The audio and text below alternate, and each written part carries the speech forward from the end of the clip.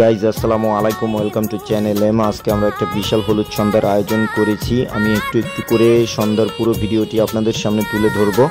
আপনারাও কিন্তু শুরু থেকে শেষ পর্যন্ত আমার সাথে থেকে সহযোগিতা করবেন ইনশাল্লাহ। আর ভিডিওটি বেশি বেশি লাইক কমেন্ট শেয়ার করে দিবেন।